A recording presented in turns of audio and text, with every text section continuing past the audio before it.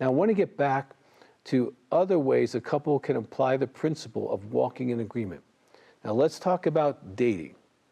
And what I mean by this is continuing to date your spouse after you get married. Very important. Now, the good or bad news is that you already have a dating agreement, whether it's spoken or unspoken. Just look at how often you have dated in the last few months or years.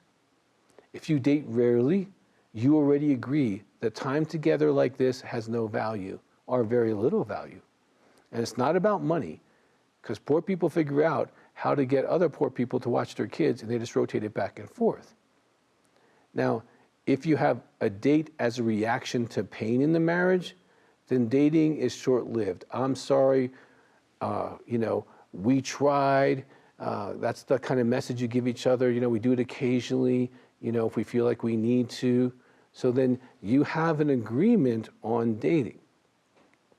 Or you could be consistently dating and investing in each other as lovers and friends, and not just as spouses. Here the good news is, if you want to have a principled marriage instead of an emotionally based marriage, you can change this. Now let's talk about the children. You can agree on topics like, do we save early to help our children go to college? Do we buy them a car, or do we let them buy it themselves? Or do we want to match the amount that they can save? Do we let them watch any type of entertainment, or do we have porn blockers on phones and computers and iPads? You can agree on media budgets. How many hours a week are members of the family, including the adults, allowed to watch secular television? That by itself would save a lot of wear and tear. If you're raising a Christian family and 90% of their entertainment is secular, you're really working against yourself there. Now, do we have an agreement that we can actually follow through on spiritually? Like, do we pray together? Do we read together? Do we worship together? These are things that you already have an agreement on based on your behavior. Even simple things like, do we attend church regularly, or do we attend it when we feel like it? Or do we just turn it on a screen and say that we went to church? And I'm not opposed to people, occasionally watching a sermon on television. That's good. But you don't want to forsake the fellowship of believers. And you can't get that on a screen. Okay, you can get information on a screen, but you can't get the handshakes, the hugs, the how you doings, and look in other people's eyes. Okay, you can't get that way.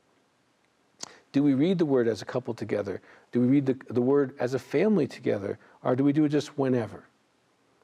You're agreeing on the disciplines that are creating your marriage and your family. Do we save? Do we create or avoid debt? Do we invest for retirement or not? I've worked with so many Christians who they don't have these basic conversations, and this is why we want you to start an intimacy group, to get the conversation open and going. You see, there are countless ways to utilize the power of agreement. I'm just mentioning a handful that just come off the top of my head because I've worked with couples for so many decades. Almost every marriage has a few places to get in agreement. And I want you to do right now, whether you are at home or you're on your phone, is list a few areas you want to discuss with your spouse and to get in agreement. And especially how we agree when we don't agree. I want you to actually have that conversation. Can you imagine sitting at dinner tonight and saying, hey, how do we disagree? What do we do when we disagree? What's our agenda or plan there, And your spouse is going to look at you like a cow at a new gate. Like, what are you talking about? Well, say I just watched this show with Dr. Weiss. He said it's really good for couples to agree what they do when they disagree.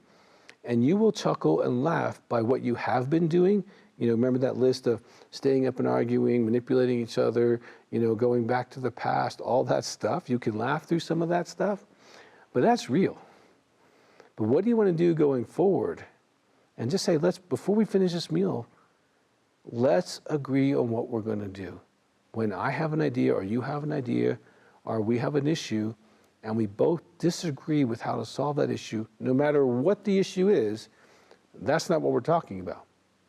It's what is the process when we disagree.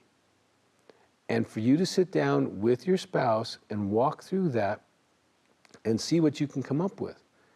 And if you can't, I would definitely get the 100-Day Intimacy book and work through that process, work through your, the government idea we talked about, and try to figure out who we are in this life when we disagree.